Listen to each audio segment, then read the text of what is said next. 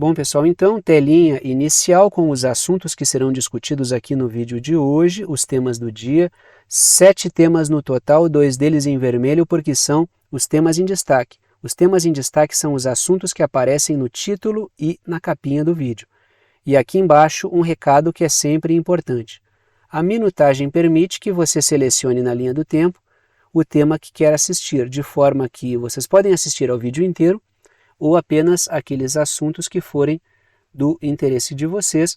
E sem mais delongas, a gente parte para o primeiro tema, que é o seguinte.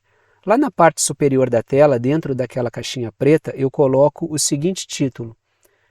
Pauta do G20 pode ser sequestrada pelas forças da OTAN. Essa é uma posição do governo russo. Na semana passada eu discuti com vocês aqui no canal, acho que foi na semana passada ou foi na retrasada. Não, acho que foi na semana passada. Eu discuti com vocês aqui no canal algo que alguns de vocês concordaram com a minha posição sobre isso, a minha percepção sobre isso, e outros de vocês discordaram. Alguns concordaram, outros discordaram. Que eu falei que parecia haver um certo desinteresse ou uma certa descrença, acho que a palavra descrença seja até mais adequada, no que tange ao governo russo sobre esses encontros, reuniões, grupos de discussões, organismos, eventos que envolvem a participação de países membros da OTAN, sobretudo Estados Unidos e Reino Unido. Aí o que eu falei para vocês? Parecia haver, segundo a minha percepção, um desinteresse do governo russo sobre participar desse evento, muito embora, discuti com vocês isso aqui no canal, o Sergei Lavrov, que é o responsável pelas relações exteriores da Rússia, estará presente. Mas o Vladimir Putin foi convidado pelo Narendra Modi, foi uma conversa por telefone, discuti com vocês isso. Houve o convite do líder indiano e o presidente Vladimir Putin, presidente da Rússia, resolveu não participar. Aí vocês podem me contra-argumentar, e já discutimos isso.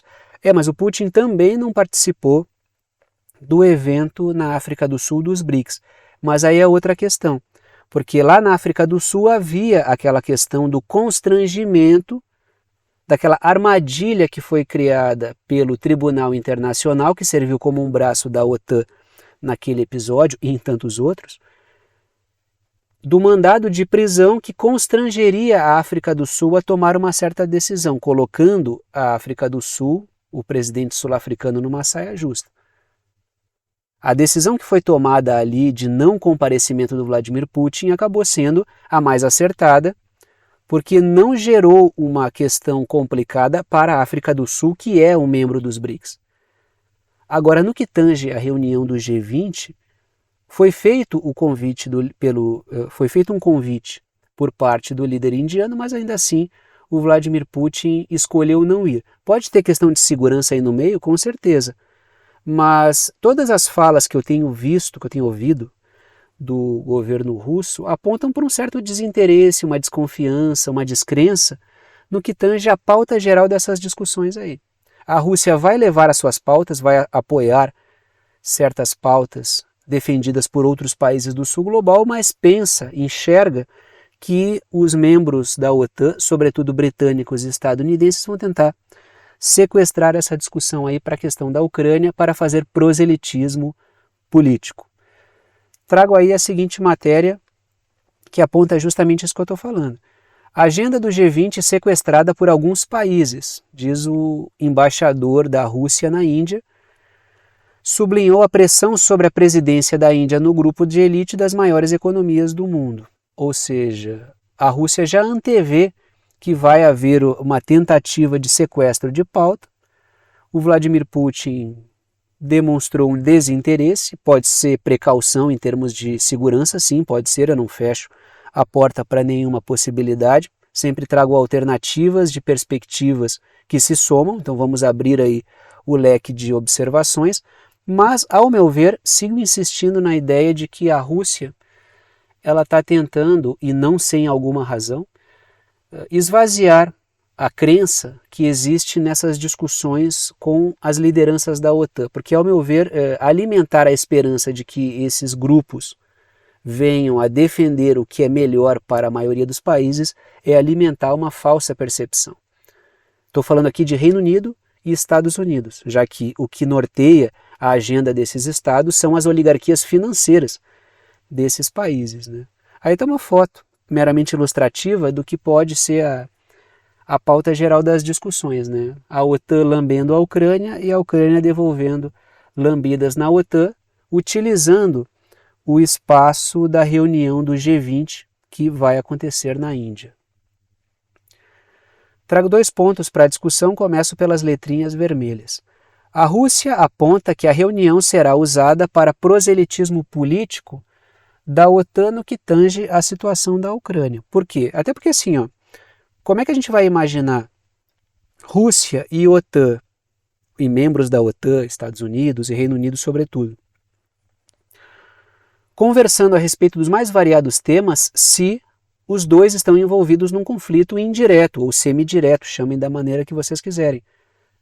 A OTAN entregou uma procuração para a Ucrânia fazer uma guerra contra a Rússia e tentar desestabilizar a Rússia, ou seja, não existe cenário para isso.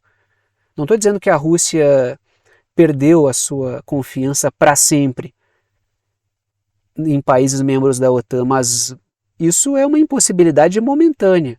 E lógico, isso é uma análise bem mais longa da Rússia, conforme o que tem acontecido nos últimos anos, talvez nas últimas décadas. O Vladimir Putin já esteve aberto a conversar com a OTAN. Quem fez com que o Vladimir Putin se fechasse e devolvesse uma resposta hostil à OTAN foi a própria OTAN. Quando acabou a Guerra Fria, a OTAN deveria ou ter acabado, ou, na pior das hipóteses, ter estabilizado a sua quantidade de membros. Mas, ao contrário disso, a OTAN continuou expandindo em direção ao leste. Ou seja, expandindo em direção à Rússia. O Vladimir Putin já esteve aberto e esse diálogo não aconteceu. A OTAN respondeu à abertura para o diálogo com hostilidade. Então me parece que essa observação da Rússia, ela é o quê? Ela é o ápice de uma série de reflexões e ações. Reflexões por parte do governo russo e ações por parte da OTAN que justificam esse tipo de comportamento.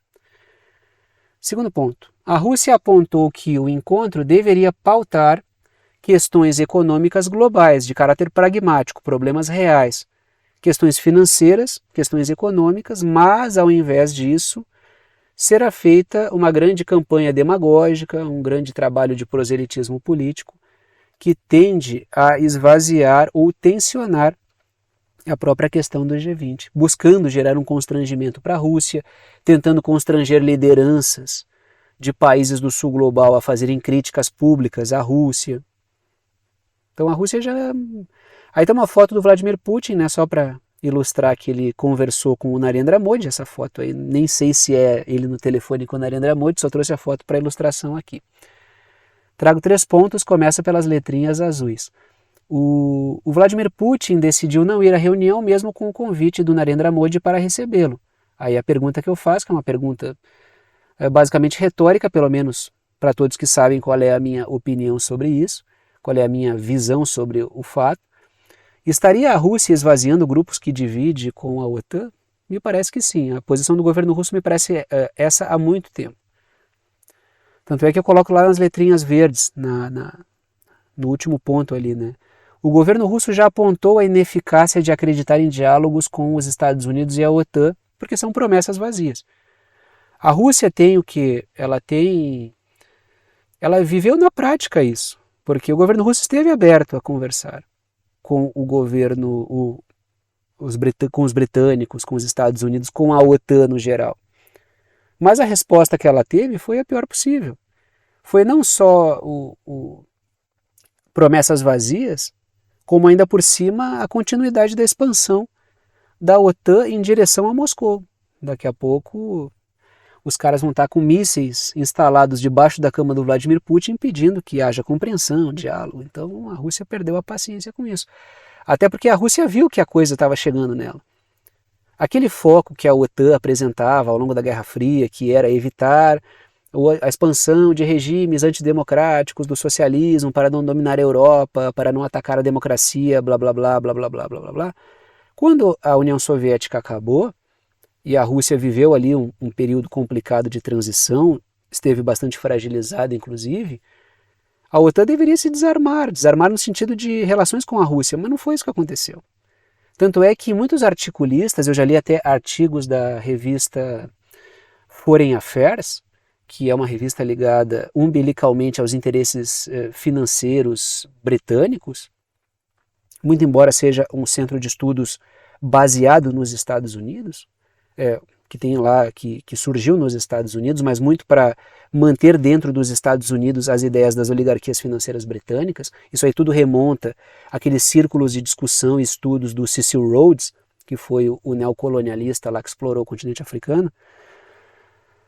A posição de que foi um erro, foi um erro de cálculo, quer dizer, essa conduta de ser hostil à Rússia, porque isso estrategicamente fez com que a Rússia se fechasse em relação aos diálogos com a OTAN. Ou seja, não é consenso nem dentre os articulistas que fazem parte do mundo da OTAN a concordância da própria postura da OTAN. Ou seja, a gente vai questionar a Rússia porque ela não acredita na OTAN se membros articulistas do mundo da OTAN dizem basicamente isso.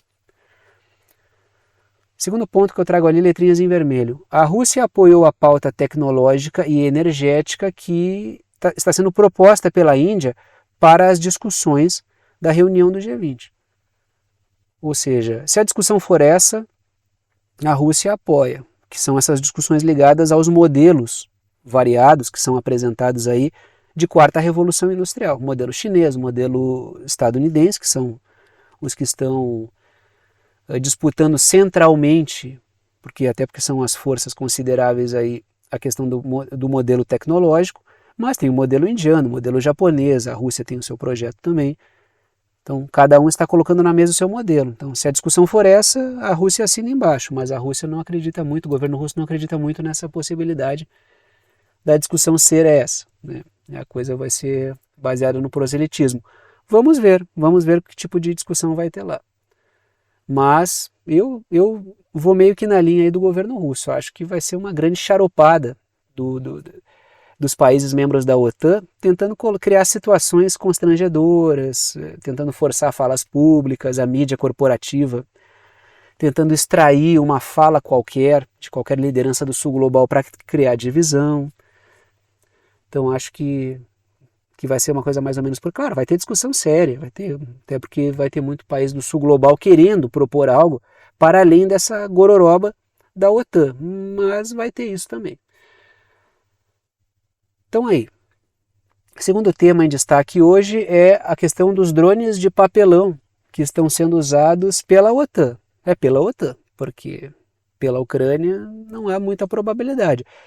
Quando apareceu aí, inclusive isso foi alardeado na mídia como o grande golpe estratégico da Ucrânia, automaticamente essa sentença ela já veio com a sua bomba, né, acoplada, o que torna autodestrutivo esse discurso. Pode ter sido proposital, para gerar tensão, para empurrar a Europa para uma guerra com a Rússia, pode ter sido isso. Mas a verdade é, a tese dos drones de papelão que apareceu aí na mídia e tem vários veículos ventilando, se for verdadeira, os drones não partiram da Ucrânia para atingir a região de Pskov, né? Pskov ou Peskov, não sei como é que se pronuncia. Então tá aí a seguinte matéria. A Ucrânia está lançando novos drones de papelão de $3.500, drones que são australianos, tá? Não são drones ucranianos. Eles são compactos e podem ser mortais. Eu sei que tem questão de transação de drones entre Turquia e Ucrânia, mas essa dos drones de papelão australianos aí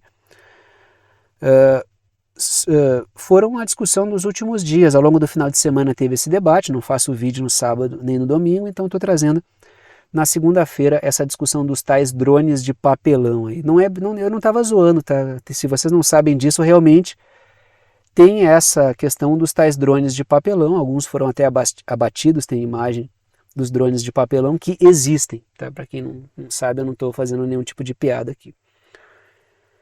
Tá aí os drones de papelão, que eu não fiz na inteligência artificial essas imagens, são imagens reais, e trago 2 pontos aí para a discussão, começo pelas letrinhas vermelhas. A Ucrânia alegou ter utilizado drones de papelão para atacar Pskov, na Rússia. Segundo, o ataque àquele aeroporto, né, que gerou ali um certo transtorno, porque atingiu aviões, teve toda uma situação ali. Por quê? Porque é estratégia da Ucrânia, dada a falência da sua contraofensiva, pelo menos até o momento. Se a Ucrânia está escondendo algo, um grande fator surpresa que vai virar a guerra, olha, está escondendo bem, porque até agora a gente não viu nada de muito impactante no que tange essa tão alardeada contraofensiva que no final ali virou só um estalinho, né? Foi o que eu falei, foi anunciada uma bomba nuclear, no final veio um estalinho e não gerou nenhum tipo de impacto. Segundo ponto, o drone australiano seria de difícil detecção, o que seria uma qualidade desse drone, o que faria dele uma arma eficiente e barata. A Rússia utilizou a estratégia de atacar a Ucrânia, atacar a OTAN, porque atacou a Ucrânia, que é armada pela OTAN, com enxames de drones baratos. Os tais drones iranianos, que na verdade acredita-se ser tecnologia iraniana, mas produção de drones russa. Atacou a Ucrânia com enxames de drones, ou seja, um ataque com drones baratos. E a resposta da OTAN/Ucrânia com armas caras gerava um desgaste financeiro. Agora a Ucrânia aparece aí com os tais drones de papelão, drones australianos, que seriam algo mais ou menos na mesma linha. Vão promover ataques com armas de difícil detecção e que sejam baratas, porque isso vai promover um desgaste da Rússia. Está aí a região de Pskov, que é a que eu falei para vocês, onde fica Pskov, né? Botei um mapinha ali na localidade. E olhem onde fica a Ucrânia e olhem onde fica a região atacada. Aí qual é a outra variável que falta para a gente completar isso aí? Qual é o alcance máximo dos drones de papelão? Aí vai cair por terra toda a ideia de que foi a Ucrânia que lançou. Aí cria-se a possibilidade da discussão a respeito de quem lançou. Quem é que está mais próximo? Aí tu olha ali, é a Estônia. Tanto é que discutimos na semana passada isso. Os ataques foram promovidos, havia suspeita a partir da Estônia. É o que eu trago no primeiro ponto, letrinhas azuis. O problema é que Pskov fica a 800 quilômetros da Ucrânia, enquanto os drones de papelão têm um alcance máximo de 120 quilômetros. Ou seja, foram lançados da Estônia, que é uma região próxima da fronteira com a Estônia. A lógica seria de que fosse lançado dali. Só que tem uma questão aí. Se foi lançado da Estônia e a Rússia tiver o direito natural de responder à Estônia pelos ataques que partiram da Estônia, a gente entra na questão do título que eu coloquei aqui, a Ucrânia e os drones de papelão, que é o envolvimento direto da OTAN nisso. Porque se parte da OTAN e a Rússia responde à OTAN, um ataque a um membro da OTAN, e a Estônia é um membro da OTAN, significa um ataque à própria OTAN. E isso colocaria a Rússia e a OTAN diretamente uma contra a outra, diferente do que temos visto até agora, que é de maneira indireta.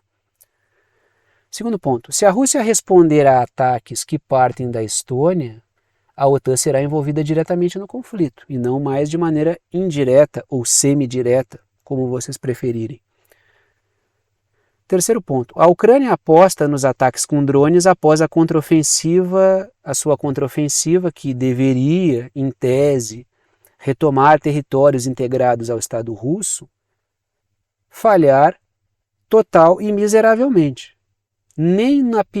Acho que nem na pior simulação, nem na perspectiva mais pessimista, a OTAN poderia esperar uma contraofensiva tão porcaria quanto a que a Ucrânia conseguiu sustentar até o momento. Perto do que foi a propaganda, a realidade é vergonhosa. Por isso que a Ucrânia mudou a sua estratégia e decidiu atacar variadas posições na Rússia, também sem quase nenhum sucesso. Essa é a grande verdade, né? Atacar a Rússia está sendo 99% dos ataques acabam sendo frustrados ou abatidos pela Rússia, e a contraofensiva não consegue resultado nenhum. partiu para a fase do desespero, né? Tanto é que teve até um robozinho da OTAN, né? Robôs humanos, né? Que eu digo, né? Que veio me xingar, não, mas isso aí é mentiroso, porque a Ucrânia não só está vencendo na contraofensiva, como está entrando a Rússia dentro, é assim. E assim, na frente, bem na frente, quem está liderando essa entrada é o Papai Noel de um lado e o Coelhinho da Páscoa do outro. Está sendo sucesso total aí, né? A mídia corporativa na qual tu assiste essas besteiras que tu reproduz aqui, é justamente isso que ela deve estar vendendo, né? E diga-se de passagem, até a mídia corporativa de fora, pelo menos aqui no caso brasileiro, né? A mídia não televisiva, até ela está falando do fracasso que está sendo essa contraofensiva.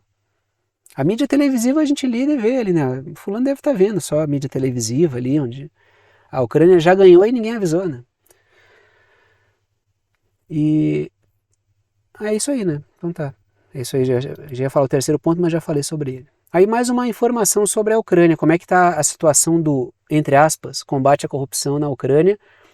O, entre aspas, combate, entre aspas, porque ele é irreal, né? Se a Ucrânia for realmente, se o governo Zelensky for realmente combater a corrupção, ele deveria sair inteiro, porque é um governo totalmente envolvido com esquemas. Tanto é que está aí, ó, o Kolomoisky, que é o cara que bancou o Zelensky no poder, um dos maiores apoiadores do Zelensky como candidato, que depois se tornou presidente, no caso, o comediante que virou presidente, o presidente que virou herói de guerra, né, segundo o discurso da OTAN. O oligarca ucraniano, é o que eu trago na matéria ali, ó, matéria da Reuters, matéria da mídia corporativa, ligada à OTAN, tá? Não é a mídia russa que está dizendo isso aqui. O oligarca ucraniano Kolomoisky detido sob suspeita de fraude e lavagem de dinheiro. A matéria continua. A prisão do ex-aliado, agora é o ex-aliado, né? Agora já não é mais aliado, agora é o ex-aliado. A prisão do ex-aliado do presidente Volodymyr Zelensky ocorre no momento em que Kiev tenta reprimir a corrupção. A mídia vende como se fosse, viu como não está mais junto com o Zelensky? O governo Zelensky foi lá e... Só que assim, quando a corrupção é generalizada, como acontece no governo Zelensky, que é todo tipo de escândalo, estourando o tempo inteiro, a jaqueta superfaturada, venda de arma enviada para lá na Dark Web, venda de material, sumiço de material médico que é vendido também aos montes para todo tipo de lugar, cobrança de propina para liberar gente do recrutamento. Quando a coisa se generaliza muito, essas matérias vão ficar cada vez mais ridículas. Por quê? Porque tentar afastar a visão de uma corrupção generalizada da figura do próprio Zelensky, que inclusive foi um cara bancado por esses... Vai ficar pelo Kolomoisky, vai ficar impossível. Trago ali 3 pontos, começa pelas letrinhas azuis. O Kolomoisky foi governador de Dnipropetrovsk, que é uma região ucraniana, após o Euromaidan, ou seja, ele capitalizou sobre essa crise. O Euromaidan foi uma grande bagunça política organizada por forças transnacionais para levar ao poder forças políticas que transformassem a Ucrânia numa arma contra a Rússia. Por isso que a gente vê a figura da Victoria Nuland distribuindo bolinho lá no Euromaidan. E o Kolomoisky, ele surfou essa onda. Depois teve desentendimentos internos ali com o ex-presidente ucraniano, o Poroshenko. Só que isso não inviabiliza o Kolomoisky como um cara que surfou essa onda. Ele é parte dessa transformação ucraniana, né? Segundo ponto. O empresário é ligado à emissora que catapultou o Zelensky perante a opinião pública ucraniana. Ele era um ator, um comediante, e ele foi alçado aí como um combatente anticorrupção, um outsider. O comediante que virou presidente, o presidente que virou herói de guerra pela democracia contra o Putin mauzão, né? Ou seja, foi construída essa figura do Zelensky. E o Kolomoisky é um dos... um dos caras que controlam as cordinhas do Zelensky ali, entendeu? Terceiro ponto. O Zelensky está tentando ostentar uma imagem de inimigo da corrupção. Me perdoem aí, vou ficar devendo um acento um tio ali, né? Do corrupção. Mas isso devora setores de base que o sustentam no poder, mas é uma autofagia. Então, Quando uma coisa é construída de maneira irregular, a sua tentativa de regularização vai se tornando cada vez mais problemática. Tanto é que o Kolomoisky foi pego aí tentando regularizar dinheiro ilícito. Esse é que é o grande problema, né? Lógico, o dinheiro que ele ganhou como? Em toda essa maracutaia que está rolando na sombra da guerra. Eu não tenho falado para vocês que tem muita gente ganhando muito dinheiro com essa guerra aí. Tem até suspeita de tráfico de órgão ali, tá? Até porque existe uma quantidade enorme de mortos. Então, né? É suspeita, não falei nada, não falei que é, né? Pra rede aí não me pendurar, né? Continuamos não, né? A gente vai lá para o Indo-Pacífico e fala de outro tema que ganhou a mídia no final de semana. A mídia martelou em cima desse mapa, esse novo mapa padrão da China, né? Novo, né? Que traz reivindicações constantes da China e que gerou um mal-estar regional, mas a Índia não, né? A China está afirmando a sua posição, ela está vendo cada vez mais Estados Unidos fazer parceria com a Índia, Estados Unidos fazendo parceria com países no mar da China meridional. O que ela faz? Ela afirma a sua posição. Ó, se vocês pensam que a gente vai recuar por causa de aumento da presença de vocês aqui, vocês podem tirar o cavalinho da chuva. Então esse mapa ele demonstra isso. Por isso que eu coloquei. China reafirma os seus interesses na região. Quem pensa que ela vai recuar? Porque assim, ó, a questão do poder é assim. Ah, mas será que não era a hora da China dar um passo atrás? Não, lógico que não. Se der um passo atrás, daqui a pouco os Estados Unidos estão lá dentro. A mesma questão que eu falei sobre a Rússia. Tu vai ali, vai voltando, não, é pacífico, para não tensionar, daqui a pouco os caras estão dentro da tua casa, comendo a tua comida, tomando banho no teu chuveiro. É assim que funciona. Eles estão o quê? Refletindo uma posição de força. Para quê? Para se tiver que negociar, o que eu acho muito distante no momento, a gente vai negociar com arma na cintura, porque não tem outra saída aí. A gente caminha cada vez mais para uma situação desse tipo. Hoje eu não consigo enxergar as forças da OTAN e a China, as forças da OTAN e a Rússia, sentando para conversar sobre questões específicas que envolvam atrito direto. China e OTAN podem conversar sobre a situação da Rússia. Isso pode acontecer. Não vão chegar a acordo nenhum, mas podem conversar. Agora, sobre as situações que envolvem ambos, não vai rolar. E mesmo sobre a situação da Rússia com a Ucrânia, a proposta da China é completamente diferente da proposta da OTAN. Então, eu não consigo vislumbrar hoje uma redução da tensão assim, entendeu? Eu acho que a coisa vai piorar bastante em termos de tensão, atritos, até que a gente consiga ver uma melhora na redução da tensão.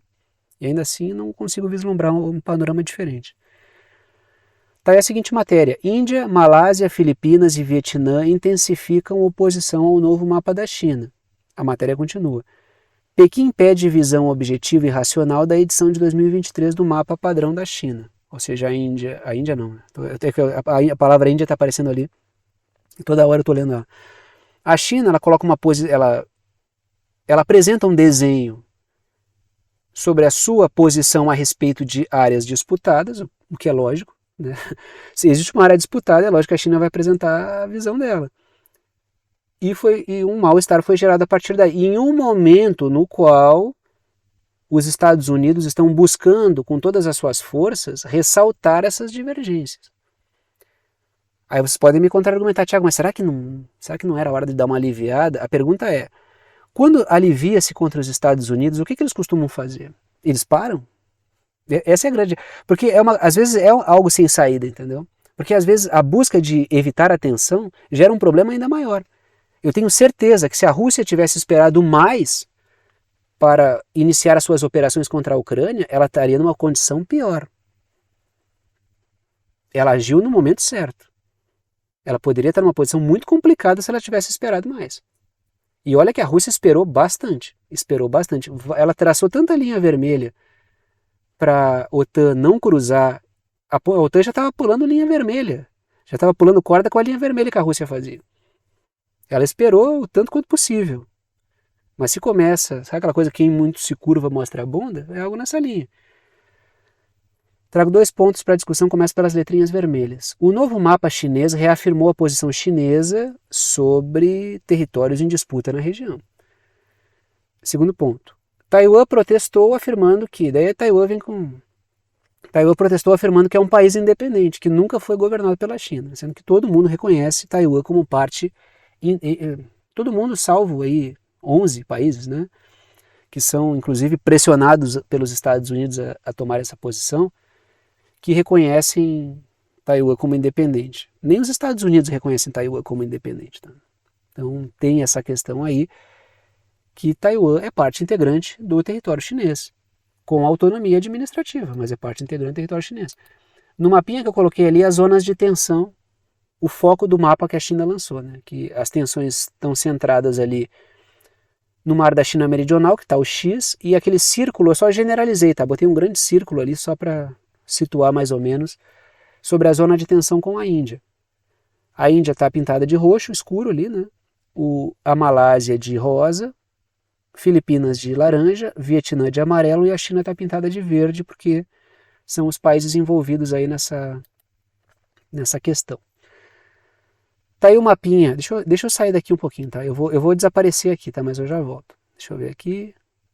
É isso aqui. Então desapareci. Tá aí o mapinha não, né? O mapa que a China, né? Esse tal mapa polêmico aí, que envolve o traçado de regiões da China, no mar da China Meridional, engolindo o que muitos países dizem ser as suas águas suas e recifes de corais e ilhas suas. O traçado vai até em Taiwan lá, ou seja, coloca Taiwan como algo que ele efetivamente é, que é parte do território chinês. E do lado esquerdo ali, né, tem um mapinha que envolve a questão com a Índia também, que foi alvo de protesto por parte do governo indiano. Agora deixa eu voltar aqui. Depois vocês podem pausar e olhar com calma se quiserem. Tá? Continuamos nessa discussão, coloco as letrinhas azuis, começo pelas letrinhas azuis.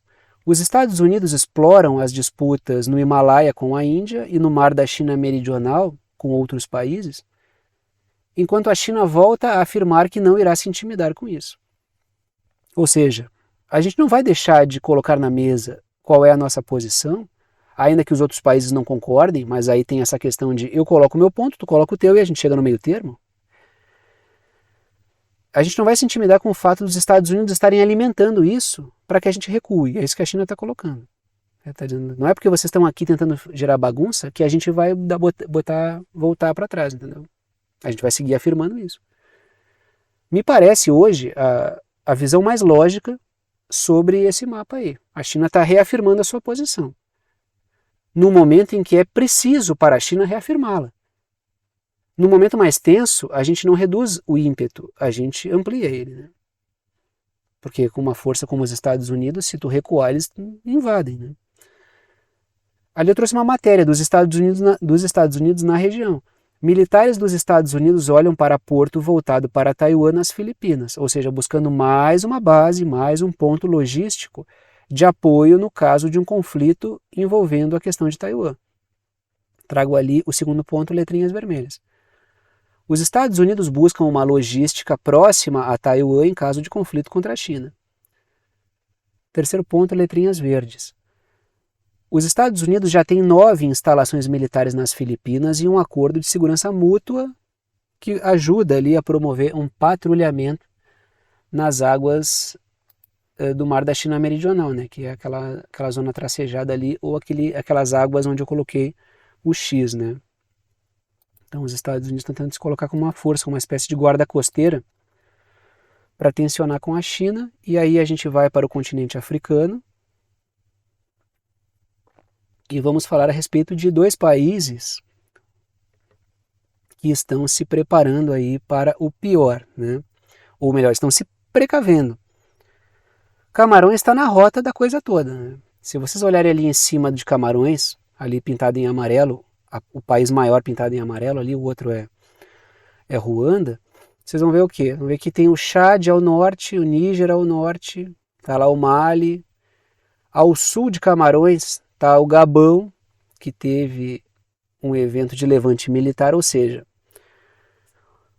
Camarões está se precavendo. E Ruanda Também, qual é a matéria que eu trago para vocês aqui? Qual é o título? Capachos em pânico na África, capachos dos interesses transnacionais. Governos capachos, governos fantoches. Aí está a matéria. Ruanda e Camarões fazem grandes mudanças em suas posições militares após o levante militar no Gabão. Ou seja, para evitar uma situação parecida dentro do seu território, tem governo que já está se antecipando e destituindo, aposentando, afastando, internando, né, matando, vai se saber, lideranças militares para evitar que exista um levante militar e o início de uma junta militar que governe o país contra governos fantoches.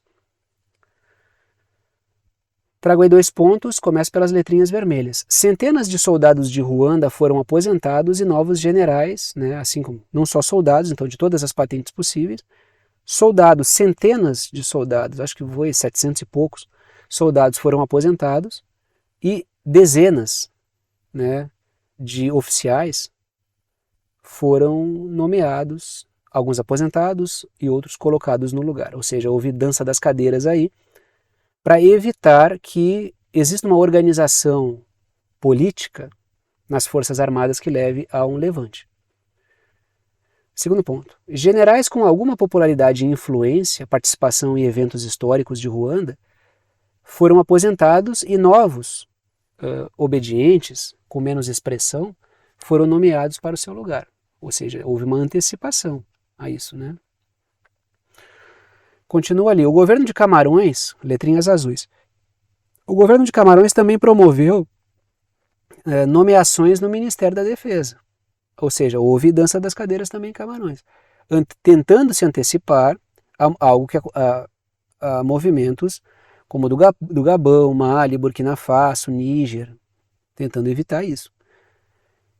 As fotos ali são o quê? A população comemorando um levante militar. Então não é uma coisa assim, é meramente um golpe. Sim, é um movimento militar que depõe um governo civil, hipoteticamente eleito democraticamente. O governo do Gabão, por exemplo, esse cara que caiu e o pai dele, somados, estavam há 50 e tantos anos no poder. Eleições mega fraudulentas. Então são levantes militares apoiados pela população, que está de saco cheio. Aí estão imagens da comemoração no Gabão. Ou seja, o levante foi bem recebido. A população está pela tampa com esses governos aí. Segundo ponto, governos fantoches temem que levantes militares ocorram seguindo a tendência de apoio popular à derrubada de governos capachos. É uma tendência. Terceiro ponto, governos militares de países africanos têm apoiado novos levantes contra governos civis em países vizinhos. Assim como existe uma tendência dos governos civis fantoches de se apoiarem um em relação ao outro. E lógico, forças transnacionais apoiando esses governos civis. Mas aí se tu tem o exército e a população apoiando, é muito difícil de reverter a situação. E se tu forma um sistema de solidariedade entre vizinhos de governo semelhante, a situação joga muito contra. Tanto é que no Níger ia ter intervenção, vamos derrubar, não sei o quê, mas perderam o tempo. Perderam o tempo por quê? Porque era difícil combater aquilo ali. Perderam o exato momento, né, para fazer a coisa, tanto é que foi isso que foi dito a respeito da França. A França perdeu o timing. Ela não, sabe, ela perdeu o momento certo de responder. Agora a coisa já está consolidada, não tem mais volta. Pode ser que exista um levante, mas muito mais difícil agora. Um levante, eu digo, é uma intervenção dos países vizinhos. Ou da França e assim por diante. Agora vamos falar do Oriente Médio aí, né? Sobre a normalização das relações entre Arábia Saudita e Israel. Isso aí faz parte dos acordos de Abraão, que é a tentativa do estabelecimento de Israel como uma liderança, formando parcerias com países do mundo islâmico, buscando isolar o Irã, mas é algo mais do que isso, penso eu. Né? Isso é uma tentativa de consolidação de uma espécie de OTAN do mundo islâmico. É uma tentativa. Aí estão as condições que estão sendo colocadas, tá? Pelos palestinos. O que os palestinos colocam na mesa, ou não os palestinos, mas as lideranças políticas palestinas colocam na mesa sobre o que eles querem para apoiar uma normalização entre Arábia Saudita e Israel. Isso pode parecer controverso. Tanto é controverso que não existe consenso dentre os grupos políticos palestinos. Essa aqui é uma posição do Mahmoud Abbas, que é a liderança da Cisjordânia, que é o líder do grupo Fatah. Agora, não existe consenso. Tem grupos que não gostam da levada do Mahmoud Abbas, que é uma levada que dialoga, mais branda, que busca vitórias no campo do diálogo, mas não há consenso. Existem vários grupos que não concordam com essa posição do Abbas. Trago a seguinte matéria ali. Palestinos deram aos sauditas uma lista do que querem no acordo de paz Israel-Arábia.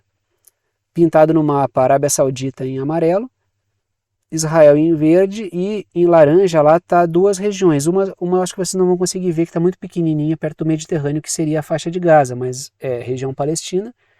E a outra parte laranja maior é a Cisjordânia. Trago 2 pontos, começa pelas letrinhas vermelhas. Os palestinos apresentaram seus termos para apoiar a normalização entre a Arábia Saudita e Israel. Há um diálogo e os palestinos, ou pelo menos uma parte dos palestinos, representadas pelo Mahmoud Abbas, estão colocando de maneira, ao ver do Abbas, de maneira pragmática, o que vão conseguir ganhar nessa transação. Segundo ele, vai numa linha do possível. O que dá para extrair daí? Porque acabar com o Estado de Israel na região seria uma coisa impensável, segundo a linha do Mahmoud Abbas. Ou seja, não dá para acabar com a existência dos caras aqui, então é preciso dialogar com eles. Ou a dialogar com quem está dialogando com eles.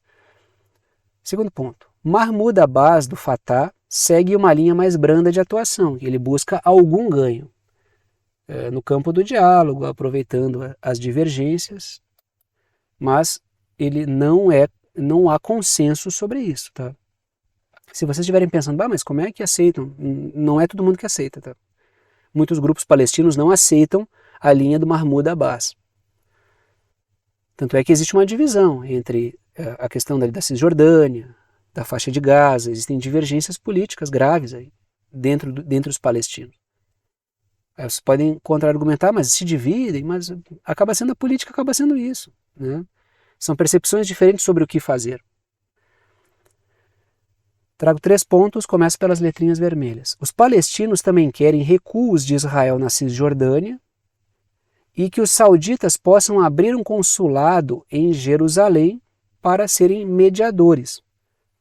Por quê? Porque os sauditas, que é o que eu coloco lá nas letrinhas verdes, vou saltar para o 3º ponto, os sauditas já haviam apresentado a formação do Estado palestino como uma condição para que Israel e Arábia Saudita chegassem a um acordo. Só que isso já foi dito ser inexequível, porque dadas as condições políticas de Israel, isso é uma impossibilidade no momento. E não sei por quanto tempo, mas não é possível agora, é inexequível. Então, os palestinos estão apresentando uma proposta alternativa, ou pelo menos uma parte deles. Segundo ponto, letrinhas vermelhas. A autoridade palestina também reivindica o retorno, a autoridade palestina, né, que é representada aí pelo Mahmoud Abbas, também reivindica o retorno do financiamento saudita aos palestinos. Então são algumas reivindicações no campo, segundo o Abbas, do possível, da solidez, para ter o apoio dos palestinos, ou de uma parte deles, a esse acordo aí. Porque os sauditas tinham colocado a formação do Estado de Israel. Só que, Estado de Israel não, do Estado palestino, o Estado de Israel já existe. Agora, tem uma outra questão que foi colocada pelos sauditas, que é os Estados Unidos fornecerem tecnologia para o projeto nuclear dos sauditas. Aí, se os palestinos não colocam nada na mesa, vai que os sauditas topam e deixam aí os palestinos a ver navios e os palestinos não ganham nada. Essa é a preocupação do Mahmoud Abbas. É a política do possível, né? Uma coisa é o que a gente quer, outra coisa é o que a gente consegue. O Mahmoud Abbas está tentando trabalhar com o que a gente consegue. Não estou concordando nem discordando dele, só estou colocando o ponto dele aqui, tá? Algumas vezes a coisa pode ser feita na via do diálogo, alguns têm mais capacidade, mais poder de fogo para colocar na mesa os seus interesses. Acabei de falar da China aqui, né? Vamos dialogar, vamos recuar para não tensionar. A China não, eu tenho força de armas, eu posso fazer e vou fazer. Vou bancar essa posição aí. Agora, tem grupos que não têm força de armas para bancar essa posição, aí talvez tenha que partir para o diálogo. Continuamos aí, né? Continuamos na região, vamos falar aqui, e aí, aqui tem uma matéria interessante, eu até vou precisar da opinião de você sobre isso, porque aqui me parece, já que é matéria do The Guardian, ninguém aqui vai pensar que o The Guardian está produzindo, está jogando aí ao mundo grandes verdades, né? Ele vai jogar verdades parciais. The Guardian tem matérias realmente que trazem algumas coisas importantes à tona, mas são sempre verdades parciais e muito interesseiras. É aquela verdade que vem à tona no momento em que certos grupos querem que ela venha à tona, para fazer pressão política, para fazer chantagem, para mandar recado. Mas o The Guardian é assim. E essa matéria do The Guardian, que ela é interessante por quê? Porque essa matéria traz a responsabilidade dos britânicos, os britânicos apontam a responsabilidade da Alemanha e dos Estados Unidos pelos massacres de imigrantes promovidos pelo governo saudita na fronteira com o Iêmen. Trago ali a seguinte matéria. A Alemanha e Estados Unidos treinaram forças sauditas acusadas de matar migrantes do Iêmen. A matéria continua. Treinamento ministrado, apesar da crescente preocupação com a escala dos abusos dos direitos humanos na Arábia Saudita. Ou seja, os britânicos empurraram na fogueira os Estados Unidos e a Alemanha. Isso está evidente aqui nessa matéria do The Guardian. Relacionando esses países com a prática de assassinatos do governo saudita, que é um governo que agora ele foi descoberto como promotor de atrocidades contra grupos, atrocidades políticas, porque a Arábia Saudita agora ela está se desgarrando da influência britânica estadunidense. Mas até então, ninguém falava sobre atrocidades políticas na Arábia Saudita. Agora é que isso está acontecendo. A Arábia Saudita, lembrando, é membro dos BRICS agora. Trago ali, envolvidos aí os países que eu estou discutindo, né? Pintados aí os países envolvidos. Arábia Saudita em verde, Iêmen em laranja e Etiópia, que é a origem da maioria dos migrantes assassinados, em amarelo. Trago 2 pontos, começo pelas letrinhas vermelhas. Militares sauditas mataram migrantes que entravam pelo Iêmen, sobretudo etíopes, que eu discuti com vocês recentemente isso aqui. Segundo ponto, a matéria afirma que os sauditas tinham condições para diferenciar inocentes de rebeldes, ou seja, a coisa foi feita de caso pensado, o que torna mais grave ainda. Por quê? Porque existe um conflito no Iêmen, com participação direta da Arábia Saudita. É um conflito que agora arrefeceu bastante, houve ali toda uma questão intermediada pelo Irã e pela Arábia Saudita, fruto de uma conversa que foi promovida pela China, claro, com participação de Omã, mas teve toda uma amarração ali. Mas lógico, tem um conflito no Iêmen, rebeldes podem transitar pelo território saudita e isso pode levar a problemas. Mas segundo a matéria, os sauditas sabiam quem era rebelde e quem era migrante inocente, refugiado e assim por diante. De forma que mataram de caso pensado. E é aí que o bicho pega, porque há uma responsabilidade estadunidense e alemã nisso, apontada pelo Reino Unido. Ou seja, jogar os caras na fogueira, entendeu? A Alemanha principalmente, né? Porque a Alemanha é uma grande adversária histórica dos britânicos, né? Continuamos aí, vamos para o último assunto. Por quê? Porque existe uma briga de aliados dos Estados Unidos na Síria. É o que eu coloco lá no título e trago a seguinte matéria. O Pentágono está pedindo o fim dos combates entre milícias rivais que são apoiadas pelos Estados Unidos no leste da Síria. Ou seja, os Estados Unidos apoiam o grupo A e o grupo B. E esses dois grupos, A e B, estão guerreando entre si na Síria. Os Estados Unidos bancam o grupo A e o grupo B. O grupo, só estou usando o exemplo do grupo A, não são os nomes deles, tá? Só estou usando exemplos aí. Para derrubar o Bashar al-Assad. Só que esses grupos ganham poder e começam a disputar os benefícios de ter poder. E é o que estamos vendo. Para vocês verem a escala da bagunça que os Estados Unidos promovem nos lugares. Tudo para derrubar soberanias. Ou seja, o apoio dos Estados Unidos sempre é maldito. Sempre é maldito. O apoio entre aspas. Porque o objetivo sempre é desestruturar um país. Então é preciso tirar essa lição, entendeu? Às vezes eu vejo pessoas aqui no Brasil, mas os Estados Unidos podem ajudar. A gente não vão ajudar, cara. Eles não vão ajudar. Eles não vão ajudar de maneira nenhuma, entendeu? Mesmo aquilo que parece ser um ganho, não é. Não é. É uma perda no longo prazo. Lá na frente isso vai se verificar um problema. É a prática corriqueira dos Estados Unidos jogar partes da nação contra outras partes da nação. Dividir para dominar. Está aí a Síria pintada em amarelo no mapa, trago 2 pontos, começo pelas letrinhas vermelhas. 2 grupos apoiados pelos Estados Unidos para derrubar o Bashar al-Assad, líder soberano da Síria, estão em confronto. Segundo ponto, letrinhas azuis. Um grupo curdo e um outro de maioria árabe estão disputando o controle regional.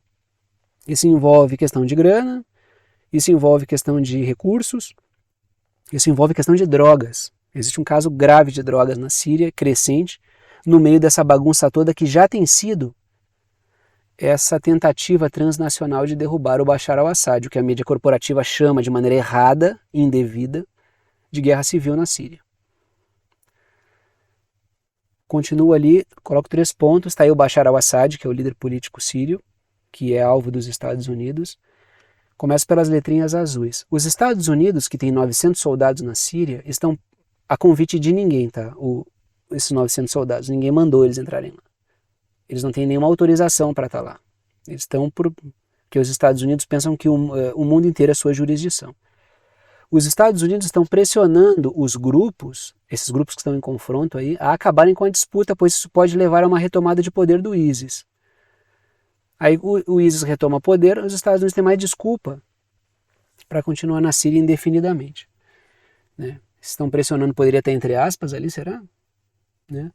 Mas a verdade seja dita, seria mais interessante para os Estados Unidos que os seus rebeldes de estimação mais obedientes tivessem controle da situação, do que o crescimento de grupos que os Estados Unidos não controlam tanto assim.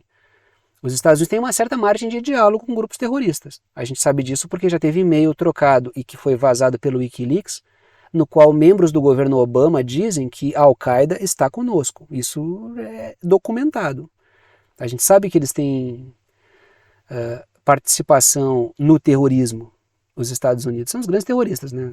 Oficialmente, né, as coisas que eles fazem são práticas terroristas, mas extraoficialmente, né, que eles dizem combater o terrorismo, eles também têm relação com esses grupos que eles dizem que são criminosos. Segundo ponto. O ISIS foi derrotado pelo governo sírio em parceria com a Rússia, e com o Irã. Ou seja, o trabalho de Irã, Rússia e do próprio governo Assad é que combateram realmente o terrorismo, não os Estados Unidos. Terceiro ponto. Os Estados Unidos utilizam o discurso de ocupação militar para combater o terrorismo como uma desculpa para seguir mantendo a Síria em crise e tentando derrubar o Bashar al-Assad. E aí chegamos no momento final do vídeo, que são as formas de apoio. É o momento final do vídeo, para aqueles que querem apoiar o canal e podem apoiar o canal, para aqueles que veem que o canal contribui para a formação da sua percepção e compreensão do que acontece no mundo. Apenas os anúncios que aparecem aí durante o vídeo, as propagandas que aparecem durante o vídeo, não mantêm o canal, não garantem a continuidade do canal. Se eu fosse depender apenas dessas propagandas, da receita das propagandas, a coisa ficaria muito difícil. O que mantém o canal efetivamente é o apoio financeiro que alguns de vocês dão ao canal e pelo qual eu sou imensamente grato, sinal de que vocês acreditam no trabalho, confiam a ponto de apoiar financeiramente, e as formas de apoio estão aí. A primeira delas é por boleto bancário ou cartão de crédito, não está em ordem de importância, tá? Nem de preferência, é aleatório, todas as 3 formas são bem-vindas. Tá? Boleto bancário ou cartão de crédito através da plataforma virtual Apoia-se, que é uma plataforma de apoio financeiro virtual, está aí o site do Apoia-se. A segunda forma de apoio é através do Pix, está aí a chave Pix, que é uma chave de e-mail. Tem gente que coloca o número do CPF, número do CNPJ, número do telefone como chave Pix, eu coloco um e-mail. Se vocês digitarem pixverdadeconcreta@gmail.com na chave Pix, vai aparecer o meu nome, que é Thiago, e vocês podem fazer a doação no valor que vocês quiserem. O valor é sempre o valor que vocês quiserem, tanto pelo Apoia-se, quanto por boleto cartão ali, né? Quanto pelo Pix, quanto pelo Seja Membro aqui no YouTube. É sempre o valor que vocês decidem. A última forma de apoio é pelo botão Seja Membro, que fica embaixo do vídeo, aqui no YouTube, é um botão que fica ali, ajuda aqui pelo YouTube, tem faixas de valor que a rede exige que eu coloque, mas que vão do 8 ao 80 literalmente. Todas as 3 formas são bem-vindas e, repito, sou imensamente grato aos que apoiam o canal e que confiam no trabalho. Vou parando por aqui e tchau para vocês.